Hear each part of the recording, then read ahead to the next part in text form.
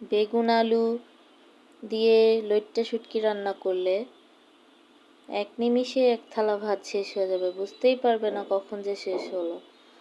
এতটা সুস্বাদু এবং খেতে অসম্ভব মজা। তো দেখো কতটা কিন্তু সুন্দর হয়েছে এবং কালারটাও অনেক সুন্দর এসেছে। যারা যারা এখনো এই রান্নাটা করে খাওনি তাদের বলছি অবশ্যই তোমরা খেয়ে দেখবে, অনেক ভালো লাগবে। তো সবাইকে আসসালামু আলাইকুম। তো চলো রান্নাটা শুরু করি। তো প্রথমে আমি নিয়েছি লইট্টা শুটকি, বেগুন আলু এগুলো কেটে নিব। আর শুটকিগুলো টেলে নিতে হবে, অল্প আঁচে টেলে নিব।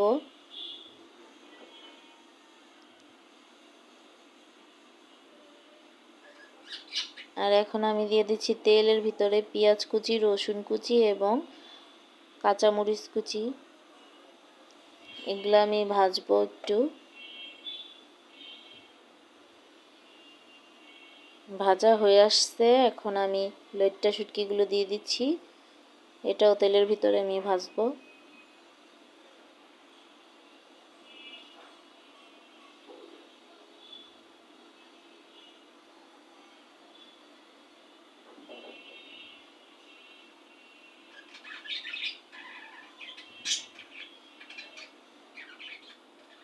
ভাজা হয়ে গিয়েছে, আমি একটু পানি দিলাম যাতে মশলাটা না পুড়ে। এখন আমি মশলাগুলো দিব।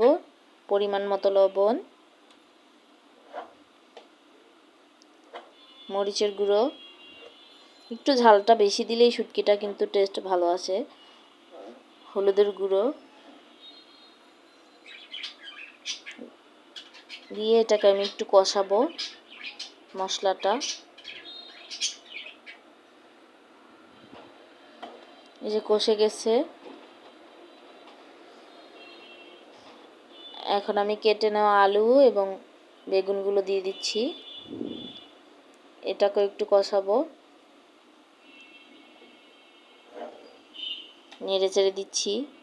এরপরে ঢাকনা দিয়ে ঢেকে এটাকে রান্না করব।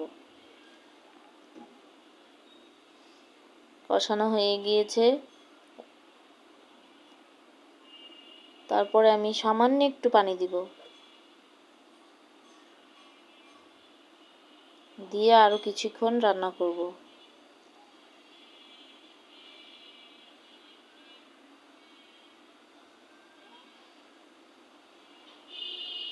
এই যে দেখো ফাইনালি রান্নাটা কিন্তু হয়ে গিয়েছে।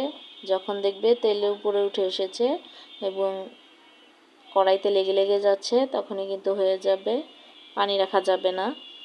তো দেখো অনেকটা কিন্তু সুন্দর হয়েছে এবং খেতে অসম্ভব মজা। তোমরা যারা খাওনি অবশ্যই রান্নাটা ট্রাই করবে। আর ভিডিওটি যারা প্রথম থেকে শেষ পর্যন্ত দেখেছো তাদেরকে সবাইকে ধন্যবাদ এবং একটা লাইক, কমেন্ট, সাবস্ক্রাইব করে দিও প্লিজ। সবাইকে আল্লাহ হাফেজ।